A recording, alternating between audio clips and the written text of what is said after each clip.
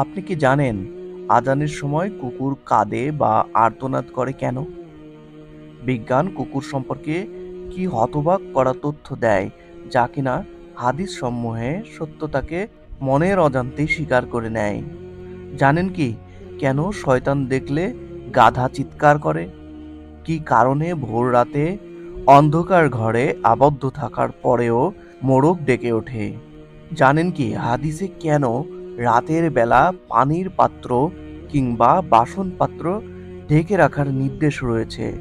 এ সকল প্রশ্নের উত্তর জানবো ইনশাআল্লাহ আজকের এই ভিডিও থেকে।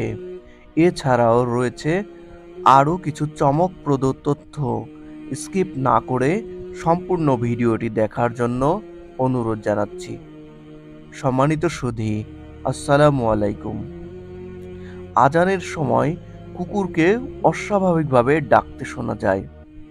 মনে হয় যেন কুকুরটি ভয় পেয়ে গিয়েছে বা আর্তনাদ করছে বা করুণ সুরে কান্না করছে। অনেকেই এভাবে ব্যাখ্যা করেছেন যে আজানের সময় অতিরিক্ত শব্দ দূষণের কারণে কুকুর অথবা অন্যান্য প্রাণীর কষ্ট হয়, তাই তারা ডাকে বা রাগ প্রকাশ করে বা বিরক্তি প্রকাশ করে। এখন প্রশ্ন হচ্ছে, যদি বিরক্তির কারণে ডেকে থাকে তাহলে তো অবশ্যই সেই ডাকের ভেতরে রাগান্বিত বা বিরক্তিভাব দেখা যাওয়ার কথা, করুণ সুরে আর্তনাদ করার কথা নয়। কিন্তু হাতে গোনা কিছু সংখ্যক মুসলিম যারা কিনা হাদিস অধ্যয়ন করে থাকেন তারা জানেন যে আজানের সময় শয়তান অথবা খারাপ জিন এদিক সেদিক ছুটতে থাকে, আর এই ছুটে বেড়ানো দেখে কুকুর আর্তনাদ করে। আজানের সময় ওদেরকে এভাবে ছুটতে দেখেই কুকুর ওরকম আওয়াজ করে ডাকতে থাকে। অনেক সময় দেখা যায় কুকুর আজানের সময় আকাশের দিকে তাকিয়ে ডাকে। দুইটি হাদিস আমি এখানে তুলে ধরব, তাহলেই বিষয়টি পরিষ্কার হয়ে যাবে। সহিহ মুসলিমের অধ্যায় সালাত এর 745 নম্বর হাদিসে উল্লেখ রয়েছে এবং মিশকাতুল মাসাবিহ বা মিশকাত গ্রন্থে রয়েছে যে আবু হুরায়রা রাদিয়াল্লাহু তাআলা আনহু থেকে বর্ণিত, নবী করিম সাল্লাল্লাহু আলাইহি ওয়াসাল্লাম বলেন, যখন সালাতের আজান দেওয়া হয় শয়তান পিছন ঘুরে বায়ু ছাড়তে ছাড়তে পালিয়ে যায়, যাতে করে তাকে আজানের শব্দ শুনতে না হয়। আজান শেষ হলে সে পুনরায় ফিরে আসে। আবার যখন ইকামত দেওয়া হয় তখন সে পালায়ন করে। ইকামত শেষ হলে সে পুনরায় ফিরে আসে এবং সালাত আদায়কারীদের মনে সন্দেহ সংশয় সৃষ্টি করতে থাকে। সে তাকে বলে, এটা স্মরণ করো, ওটা স্মরণ করো, অথচ সালাতের আগে সেই কথাগুলো তার স্মরণ ছিল না। আর শেষ পর্যন্ত দেখা যায় সালাত আদায়কারী দ্বিধায় পড়ে যান যে কত রাকাত সালাত তিনি আদায় করলেন। সুতরাং এখানে স্পষ্ট যে শয়তান আজানের সময় পালিয়ে গিয়ে গায়েব হয়ে যায় বিষয়টা এমন নয়, শুধুমাত্র আজানের সময়টাতে সে ছুটাছুটি করে এবং আজান শেষ হওয়া মাত্রই আবার ফিরে আসে।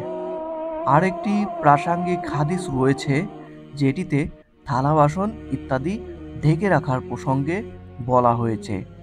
জাবির রাদিয়াল্লাহু তাআলা আনহু থেকে বর্ণিত, তিনি বলেন, আমি নবী করিম সাল্লাল্লাহু আলাইহি ওয়াসাল্লামকে বলতে শুনেছি, যখন তোমরা রাতে কুকুরের চিৎকার এবং গাধার ডাক শুনতে পাবে তখন আল্লাহ তাআলার কাছে অভিশপ্ত শয়তান হতে আশ্রয় চাইবে, কেননা তারা এমন কিছু দেখতে পায় যা তোমরা দেখতে পাও না।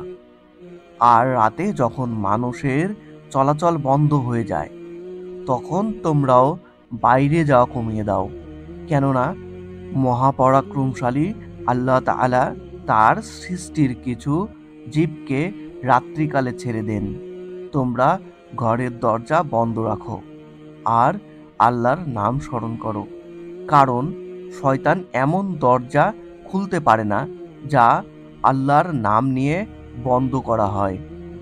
আর তোমরা ঘটি, মটকা বা খাদ্যদ্রব্যের পাত্রসমূহ ঢেকে রাখো, শূন্য পাত্র উপুড় করে রাখো এবং মশকের মুখ বেঁধে রাখো। এই হাদিসটির সূত্র হচ্ছে আল মুস্তাদরাকে হাকিম, আদাবুল মুফরাদ, সহি ইবনু হিব্বান, মুসনাদে আহমদ ইত্যাদি গ্রন্থ অনুযায়ী এই হাদিসটির মান সহি বলা হয়েছে। ব্যাখ্যাকারকগণ বলেছেন, কুকুর বা অন্যান্য প্রাণীর ব্যাপারে ফয়সালা এটাই যে তারা যা দেখে তোমরা তা দেখতে পাও না, তা হলো তারা শয়তানকে দেখতে পায়। অনেকেই এটিকে ব্যাখ্যা করেছেন এইভাবে যে যখন তোমরা মোরগের আওয়াজ শুনবে, আল্লাহর নিকট অনুগ্রহ কামনা করবে, কারণ সে মালাইকা বা ফেরেশতা দেখতে পায়।